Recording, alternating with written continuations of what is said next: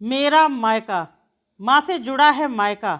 माँ के ना होने का सूनापन, पिता का अकेलापन और उनका बेटी का इंतज़ार कैसे नहीं देख पाई मैं।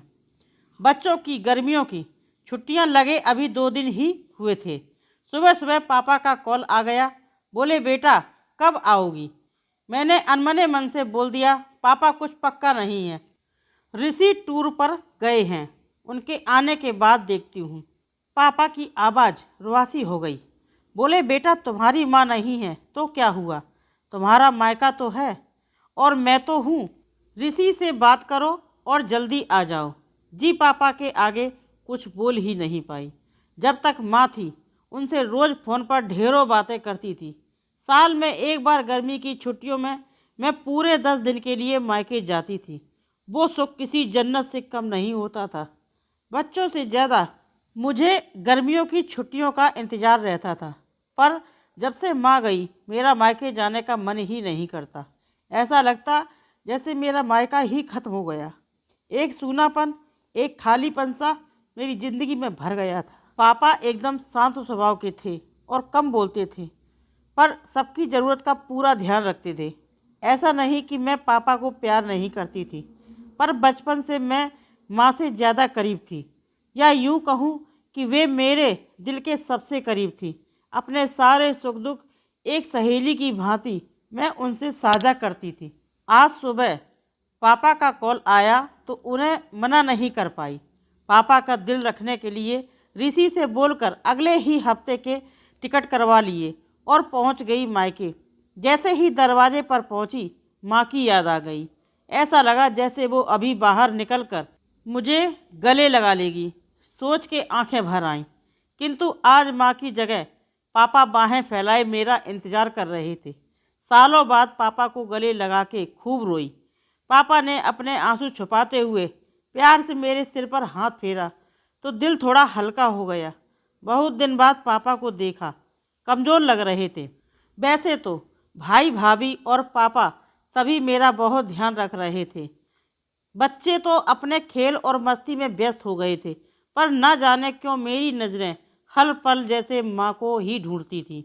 आज भी पापा पहले की तरह रोज़ खाने के बाद मेरी पसंदीदा मटका कुल्फ़ी लाना नहीं भूलते थे। भाई भी बच्चों को कभी पार्क, कभी चिड़ियाघर तो कभी बाजार घुमाने ले जाता था। भाभी भी रोज़ मुझसे पूछकर मेरी पसंद का खाना बनाती। सब कुछ पहले की तरह ही था, बस माँ नहीं थी। इस बार मायके में मेरा दिल नहीं लग रहा था। माँ की कमी मुझे बहुत खल रही थी। ऋषि को कॉल करके मैंने 2 दिन बाद का टिकट करवा लिया। सबने मुझे रोकने की बहुत कोशिश की, पर मैं नहीं मानी। देखते ही देखते मेरे जाने का समय आ गया। आज शाम की ट्रेन से मेरी घर वापसी थी। मैंने सामान पैक करके रख लिया था, बस पापा का इंतज़ार कर रही थी। पापा न जाने सुबह से बिना बताए कहाँ चले गए थे। उनका मोबाइल भी नहीं लग रहा था। मन घबरा रहा था।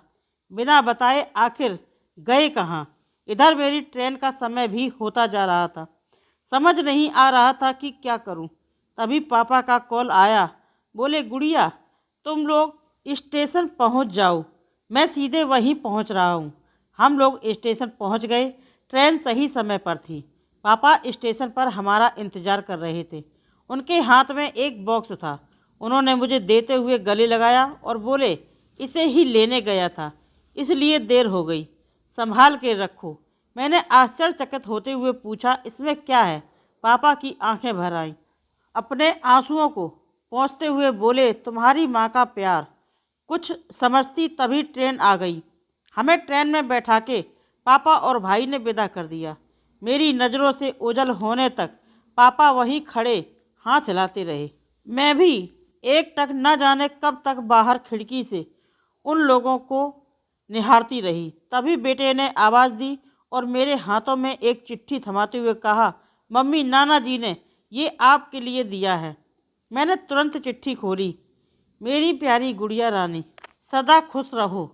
जब तक तुम्हारी माँ थी तुम्हारी हर छोटी बड़ी बात का ख्याल वही रखती थी।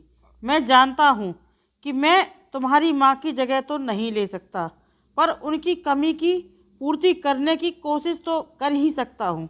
आज तुम्हारी माँ होती तो हमेशा की तरह अपने हाथों से तुम्हारे लिए बड़ी पापड़ अचार बना के साथ भेजती। माँ के हाथ का तो नहीं, पर उसके स्वाद जैसा सब सामान एक दुकानदार से बनवाने की कोशिश की है। उम्मीद है तुम्हें पसंद आएगा। और हाँ बेटा, माँ नहीं है तो क्या हुआ, तुम्हारा मायका और हम तो हैं। पहले की ही तरह तुम्हारा इंतज़ार रहेगा, ढेर सारे प्यार और आशीर्वाद के साथ, तुम्हारे पापा। पत्र पढ़ते ही मेरी आंखों से आंसू बहने लगे।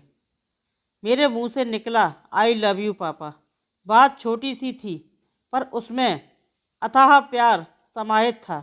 ये सिर्फ मैं ही महसूस कर सकती थी। मायके से घर आए एक महीना बीत गया था। अब पापा से मैं रोज़ एक बार कॉल करके मम्मी की तरह घंटों बातें करती हूँ।